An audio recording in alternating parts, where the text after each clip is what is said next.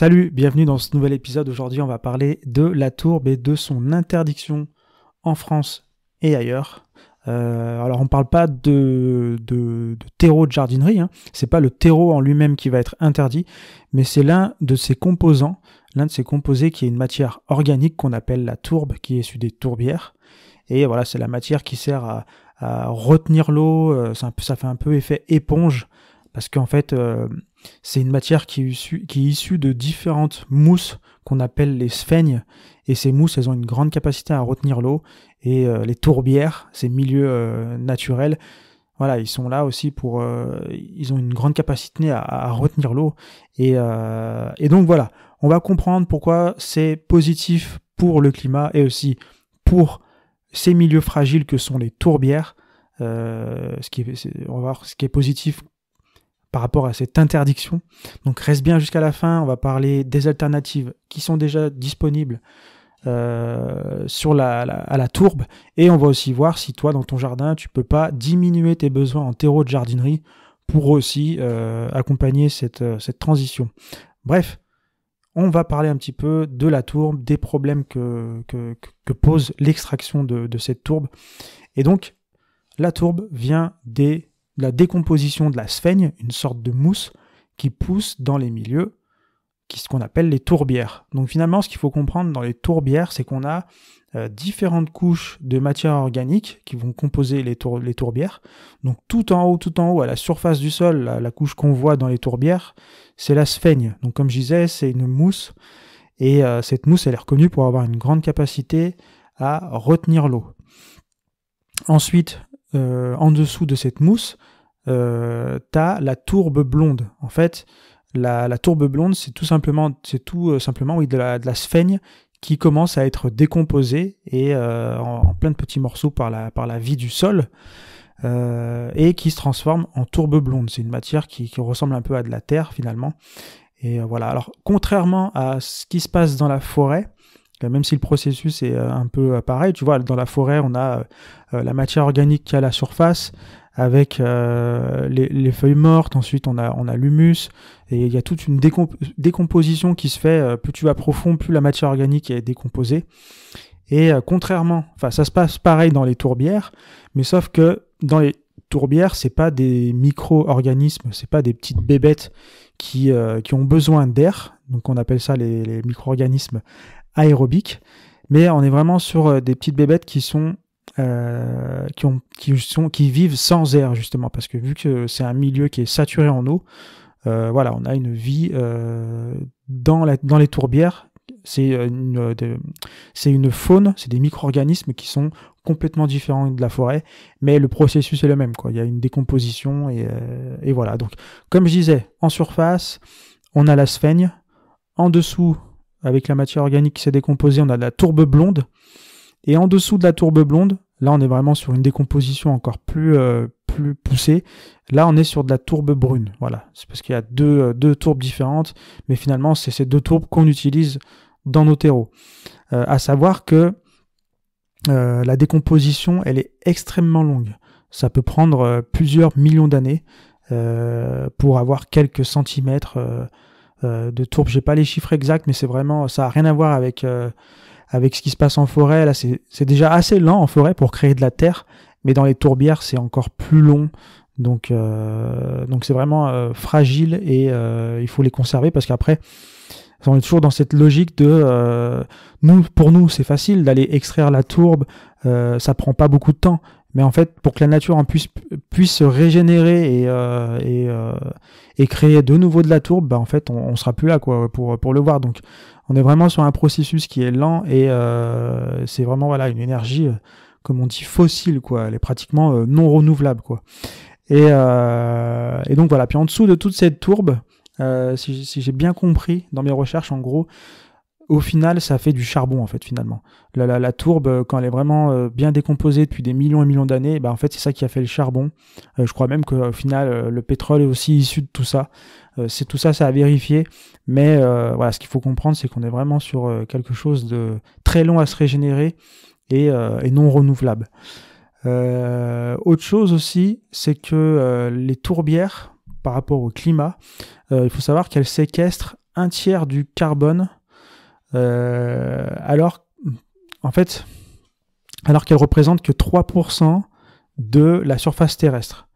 Donc en fait, ce qu'il faut comprendre, c'est que sur la surface terrestre, 3% c'est que des tourbières, et à elle seule, elle séquestre un tiers de tout le carbone qu'il y a dans l'air. Donc carbone, c'est ce qui va provoquer le réchauffement climatique, et donc le fait de laisser les tourbières, elles représentent que 3% de la surface terrestre, et elles font un tiers du travail complet par rapport à toutes les forêts en fait. Elles sont à elles seules, seulement les 3% de cette surface, elles sont plus efficaces que toutes les forêts réunies. Donc c'est vraiment un milieu, un écosystème qui est hyper performant pour remettre du carbone dans le sol et enlever ces gaz à effet de serre, hein, entre guillemets. On dit souvent des gaz, mais au final c'est du carbone, hein, et du CO2. Et voilà, elles sont capables de le remettre dans le sol et de diminuer ces gaz à effet de serre, et du coup empêcher un peu le réchauffement climatique. Bref, l'Angleterre et l'Irlande, elles abritent à elles seules 20% de la surface mondiale de tourbières. Donc en gros, je disais, il n'y a que 3% de la surface terrestre qui sont des tourbières, et dans ces 3%, en fait, il y en a 20% qui se trouvent en Angleterre et en Irlande. Donc c'est tout là-bas que ça se passe en gros.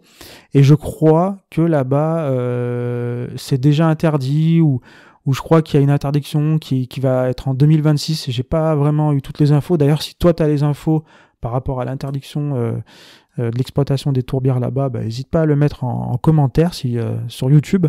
Alors ce podcast, il est disponible sur toutes les plateformes de podcast, Spotify, Apple Podcast, etc. Mais il est aussi sur YouTube.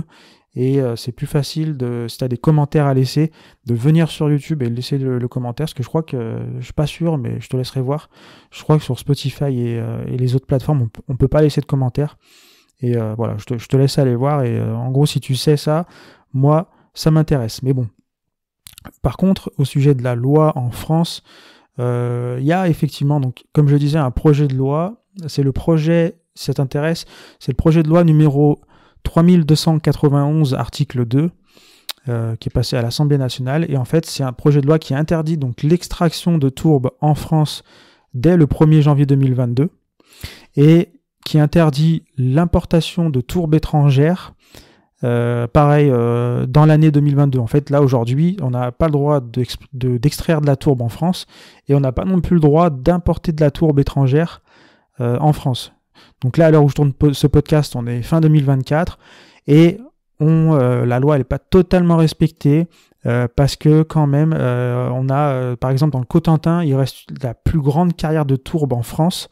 Elle s'appelle la tourbière de Beaupt, et en fait, elle est encore en activité. Mais voilà, l'État l'accompagne dans cette transition justement où ils vont arrêter l'activité. Mais voilà, l'exploitation, elle est encore active jusqu'à normalement fin 2026. Donc voilà, on est encore en train d'extraire de la tourbe, mais voilà, on va dans le bon sens, et je crois qu'on fait plus d'exportation. Donc voilà, il y en a vraiment on laisse tranquille ces milieux, et c'est une bonne nouvelle. Donc voilà. C'est une interdiction qui pousse à utiliser des matériaux locaux. Comme je disais, il y a des alternatives.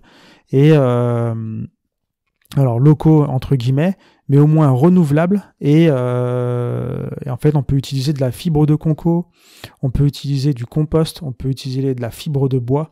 Voilà, on peut remplacer la tourbe par tous ces matériaux. La plupart du temps, c'est vraiment la fibre de coco qui a dans les terreaux, notamment dans les jardineries botaniques, hein, c'est pas un placement de produit.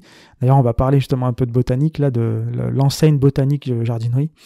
Et eux, ça fait déjà un bon moment. Ils ont été vraiment précurseurs là-dessus. En 1998, ils ont déjà commencé à proposer des terreaux sans tourbe. Donc, ils étaient vraiment précurseurs. Et ils n'ont pas été précurseurs d'ailleurs que dans la tourbe. Mais ils ont été aussi précurseurs en 2008. Ça a été les premières jardineries qui ont enlevé le Roundup de leurs rayons. Donc c'est vrai que Botanique, ils ont toujours été dans cette démarche d'aller vers quelque chose de plus respectueux du vivant. Donc voilà, faut le dire aussi quand c'est positif, quoi. Et voilà. Et d'ailleurs, en ce moment, ils réimplantent la consigne dans leur partie magasin bio. En gros, je sais que c'est en région Auvergne-Rhône-Alpes, ils le font. En gros, maintenant, tu peux acheter des bouteilles de bière ou d'autres bouteilles en verre chez eux avec du vin et tout. Et en fait, tu peux ramener les bouteilles vides et après, voilà, ils te donnent en contrepartie le prix de la consigne et eux, après, ils recyclent tout ça. Et une autre chose intéressante qu'ils ont fait, puis après on va arrêter de parler jardinerie, hein, mais c'est pas un placement de produit, hein, mais ils ont aussi publié avec la collaboration de Water Family. Water Family, je crois que c'est une association, oui il me semble que c'est une association qui a pour but de préserver l'eau, et qui a éduqué aussi sur l'environnement, la biodiversité. Et donc avec l'association Water Family, ils ont fait un petit guide qui s'appelle Le pouvoir de nos jardins. Et c'est un guide qui est sous forme de BD en fait, avec des jolies couleurs, des jolis dessins, pour expliquer voilà, l'importance du cycle de l'eau, la biodiversité, comment jardiner, comment redonner du pouvoir à nos jardins, un peu comme le titre de cette BD le dit. Mais voilà, le but c'est vraiment de garder son jardin vivant, protéger l'eau dans son jardin. Il parle aussi un petit peu de tontes différenciées pour protéger la biodiversité. On en a pas mal parlé aussi dans ce podcast, hein. Je t'invite à aller voir les anciens épisodes. Et il y a aussi une autre chose qu'ils avaient, je me souviens là, il parlait aussi l'importance d'élaguer les arbres entre le printemps et l'été pour ne pas perturber la nidification des oiseaux. J'ai aussi fait un podcast j'ai fait un article sur quand est-ce qu'on doit enlever les nids d'hirondelles. Je t'invite à retourner sur lepotagierminimaliste.fr, mon site, dans la section articles. Tu trouveras l'article sur quand est-ce qu'on doit enlever les nids d'hirondelles. Mais voilà, en gros, je trouve qu'ils ont vraiment fait un truc super bien avec la Water Family. C'est un petit PDF que tu peux télécharger gratuitement. Je te mettrai le lien dans la description. Et aussi qui existe en version papier et qui distribue un petit peu partout. Et donc voilà, je voulais en parler dans ce podcast. Voilà, donc la suite, c'est les solutions pour remplacer le terreau dans les utilisations de jardin. Donc, comme je le disais, il y a différentes utilisations qu'on a du terreau au jardin. Par exemple, si toi, tu prends du terreau pour faire des plantations, pour faire du rempotage. Si par exemple tu jardines, on va parler jardinage en pot de fleurs par exemple. Si tu jardines en pot de fleurs et que tu utilises du terreau, la meilleure alternative, si tu me connais, tu me vois venir, c'est de cultiver une terre vivante dans tes pots de fleurs. Parce que voilà, un terreau, même si tu achètes le meilleur terreau du monde, le meilleur terreau de la jardinerie, le plus cher, le plus riche, il va faire 1 an. En fait, tu vas remplir ton pot de fleurs avec ce terreau, il va faire sa saison, et après, l'année d'après, il sera plus aussi productif, il faudra le changer pour que tes plantes soient toujours aussi belles et productives. Alors que si tu cultives une terre vivante dans tes pots de fleurs, en fait, tu vas pouvoir le garder de longues années, hein. Tu peux garder 5, 6, 7, 8 ans, et à condition en fait que tu nourris ton sol. Et vu que tu as un sol qui est vivant et que tu le nourris, en fait, constamment, tu as cet apport de tous les nutriments dont ont besoin les plantes. Donc, tout ça, pareil, c'est dans une formation. Je t'invite à aller sur mon site. Tu vas dans l'onglet formation, tu trouveras tout ce dont tu as besoin. Je laisserai le lien aussi en bas dans la description si besoin, pour justement faire l'aménagement, faire ton premier pot de fleurs avec une terre vivante. Je t'accompagne de A à Z, le choix du pot, trouver les matières organiques, comment les assembler, après qu'est-ce que tu peux planter ou pas, etc. J'ai vraiment tout vu dans cette formation, donc n'hésite pas à aller jeter un œil. Et voilà, si t'as un vrai jardin, entre guillemets, et que tu fais de la plantation d'arbres et arbustes, si tu fais de la plantation d'arbres et arbustes, oui, tu sais, on dit souvent qu'il faut mettre du terreau.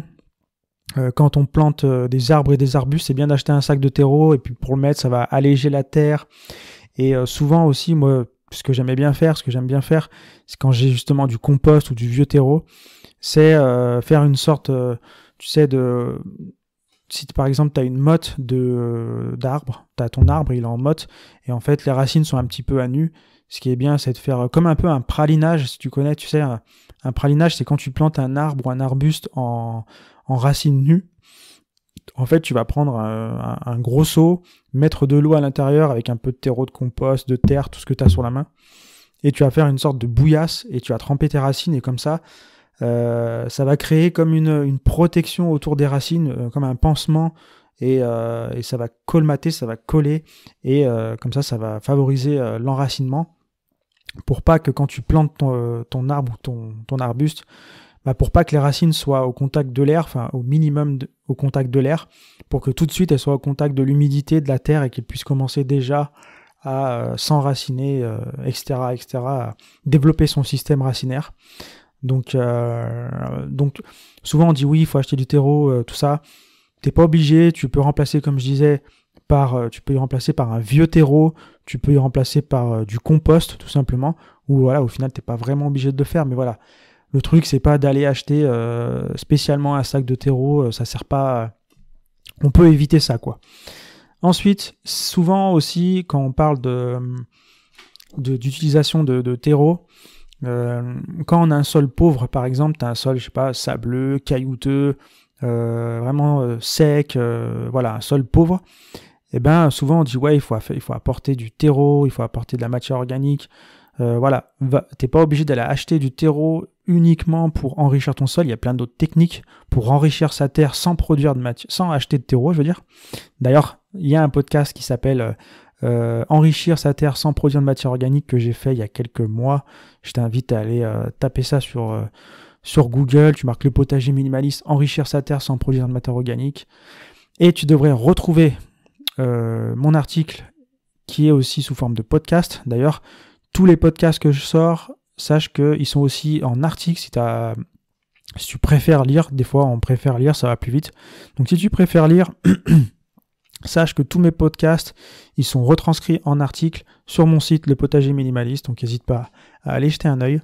Et voilà, justement, dans cet épisode, dans cet article, je parle je donne vraiment un tuto de A à Z. Que, par exemple, si toi, tu viens d'aménager ou tu fais un réaménagement et que tu as un sol qui est vraiment très pauvre, et que justement, vu qu'il est pauvre, tu n'arrives pas à produire de matière organique sur ton jardin, et ben je t'explique tout, je te donne plein de conseils et tout.